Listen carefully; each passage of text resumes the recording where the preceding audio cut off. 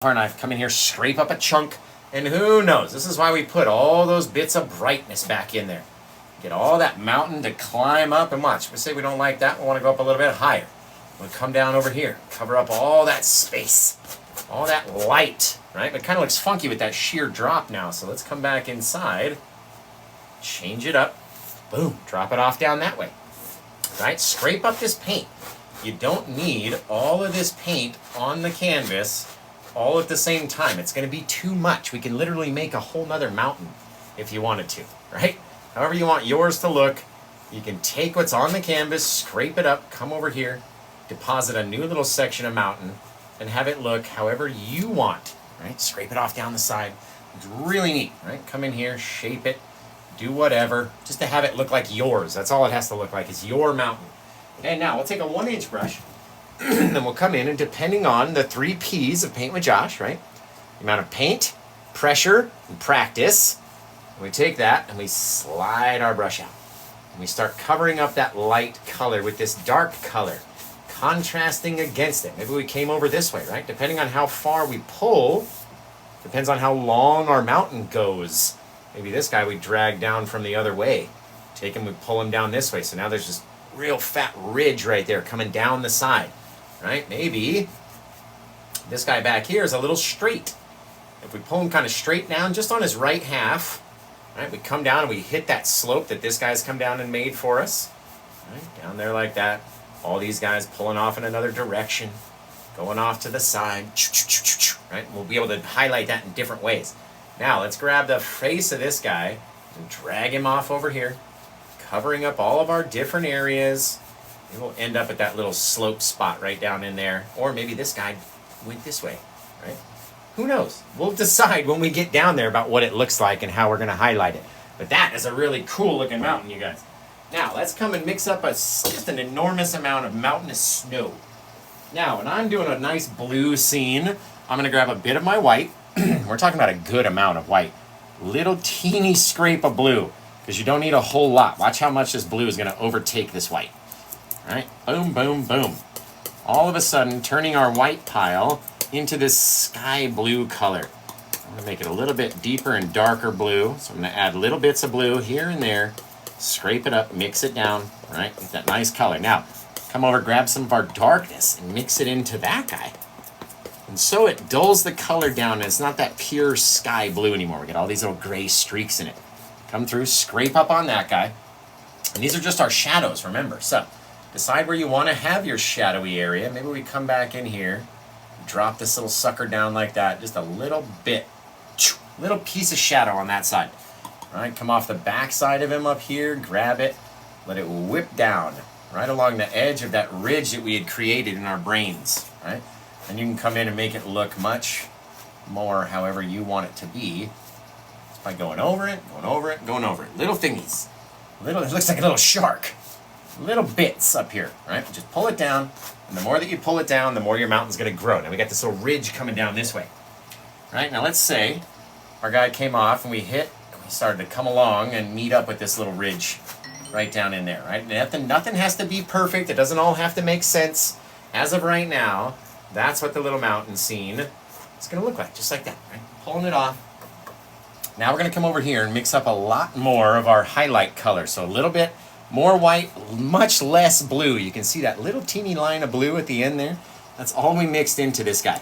And so this white pile will be kind of tainted with that blue color, but it will be a much brighter blue because we only use the teeniest bit of an already pre-mixed blue.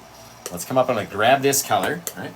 Let's come off the front side and just right off of there. And the more you go down, the more is going to come off of our knife and start changing and interacting. Come up and grab a bit more of it.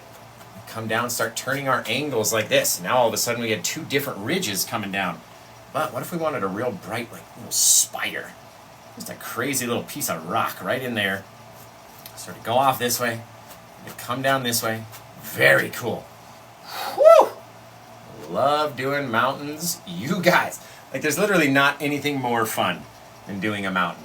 It's so much fun.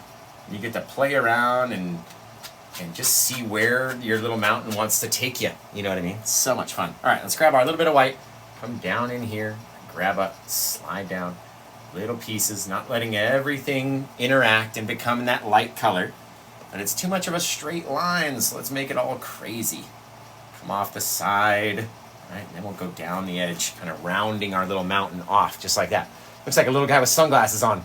It's kind of cool. I can always pick up little things in the painting. All right, maybe right along the top of that ridge, we hit, and then we're into our colored side again. Over here, a little bit more down there. Just pushing harder with the knife, because I know down here is all going to be mistiness, right? We're only catching what we want to see back inside here. Now, might look even cooler if we took a bit of darkness and put it back, right down there in the deep center bit. Right? Almost looks like we took a bit and ripped it right out of the mountain. It's really cool. Now take our last little pieces of brightness, dump them off of our thing, and all of a sudden, we've got a very, very, very pretty little mountain scene right here, right? Growing in front of our eyes, guys. Growing in front of your guys' eyes. Okay, we'll come back over here like this. Grab up our 2-inch brush.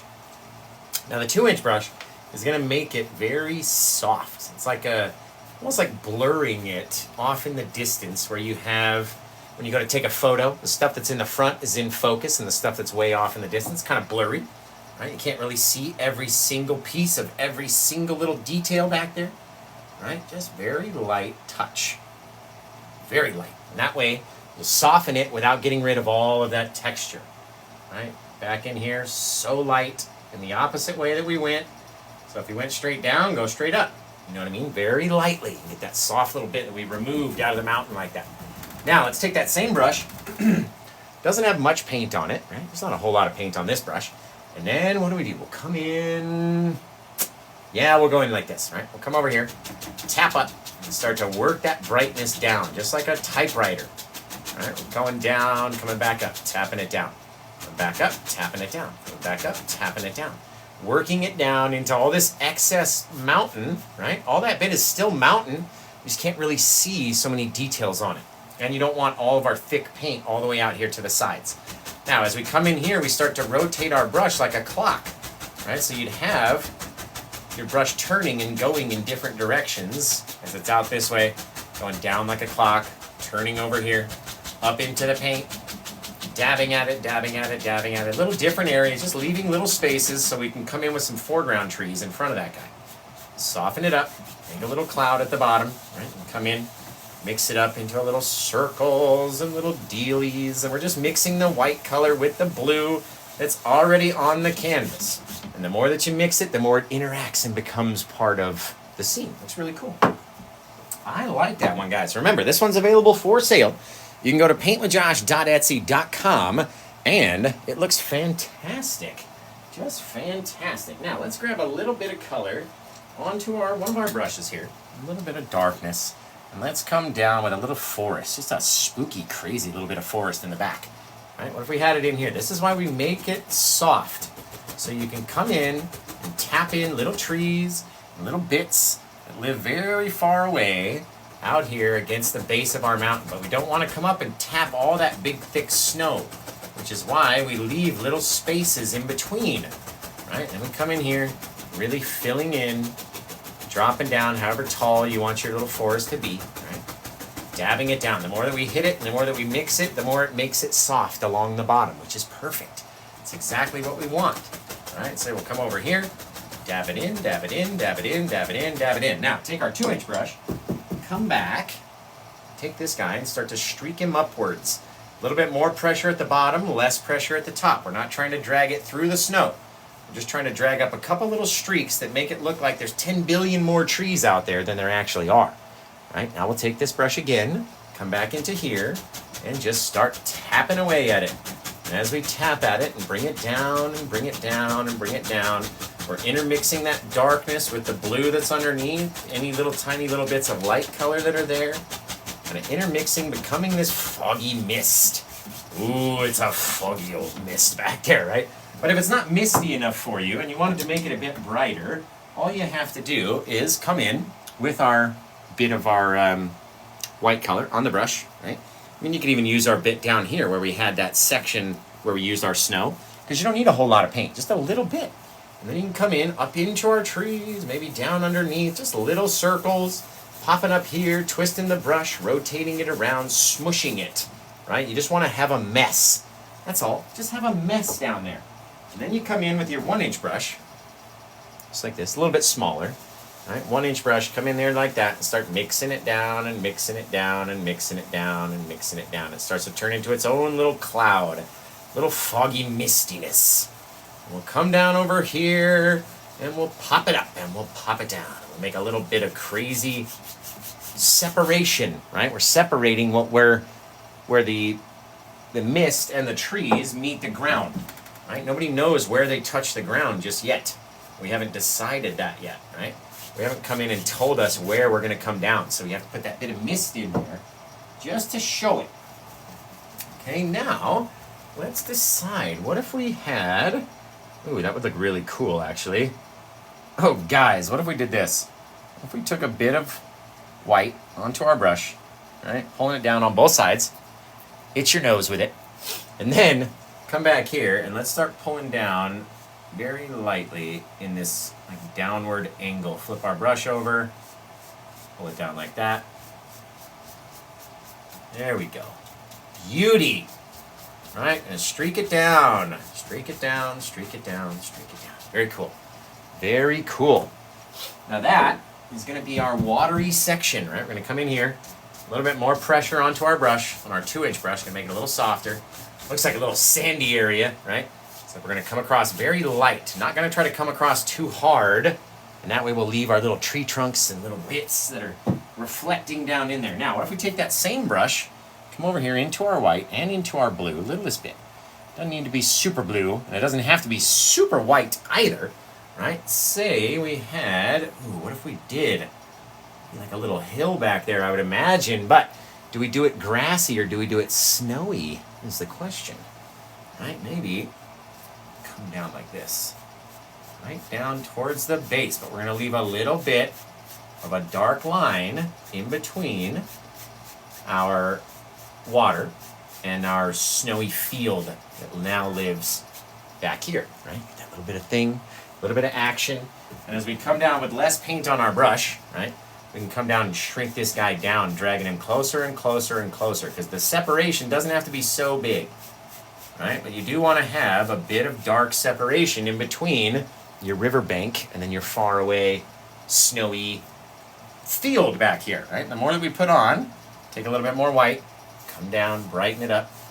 We can change it, but remember to leave that little dark area, because if you don't leave it, you're going to be upset. It's not going to look like you want it to look, right? You've got to have a little separation between our snow and our water if we're just using the same thing. And the more and more and more that we pull like this, the more bright it's going to become, right? So we take a little bit more brightness, come down a little bit more. We get to decide what we want it to look like. Swipe it up in one direction like it's a little wind-swept look. Very cool. Just like that. Snowy little field down there at the base. Little river flowing through. Nothing too crazy, right? Now we'll come over here. I don't think there's enough paint right here. So we should probably mix up some more before we try to go do it and have it not work for us, right? So who knows those 3 deep dark colors that you have to mix up in order to create this deep purple mix? And no, not the band, right? I mean, they're an awesome band. Highway Star, fantastic. Smoke on the Water, of course. But we're talking about a different kind of deep purple over here. Different kind of deep purple. What are those 3 dark colors that you have to mix? Let's see who knows. Anna knows. She always knows. That's it. Archery girl knows. Black Sparrow. Do a little log cabin in a field. I like it. Red, blue, and black. It's actually crimson, blue, and black. You gotta get them right.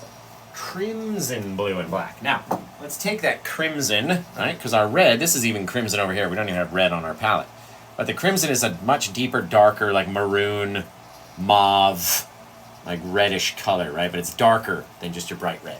Now, a little bit of the darkness on the brush, a lot of paint on there. Now, what if we came over here and we just knocked down one of our giant trees? boom, kind of come sit down right there.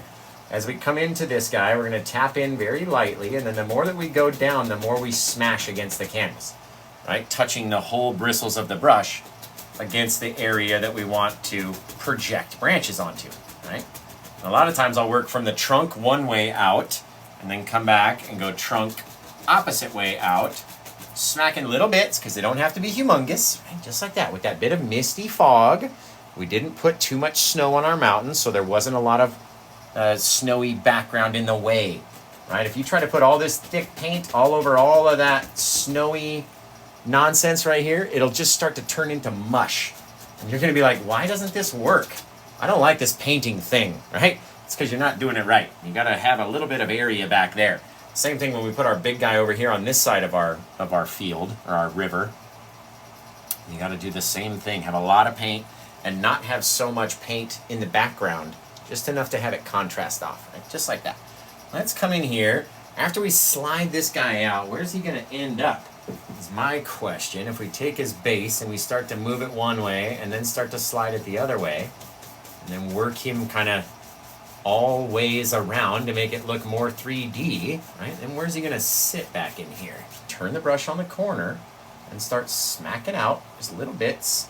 The more you go, the more you can tap it. Just little things, right? The more and more and more and more and more. But you don't want to cover up so many that you lose all the darkness in between these little pieces, right? Got to have those dark areas in between those bits of blue. I'm telling you. You can get it if you go to paintwithjosh.etsy.com and then search for number 1035. That's how many paintings I've done so far. 1035. And so you can grab this one before anyone else gets it if you get over there quick enough. A little bit over our shadows, intermixing back and forth, little bits, not trying to cover every single dark area, and all of a sudden you got a wicked cool depth-filled tree right out there. Right? Don't even have to make the bottom all the way bright, because we're going to probably end up taking that guy and grabbing his little bits anyway, and working it back and forth, and then dragging our snow up into it, so you don't have to worry about the bottom of your trees.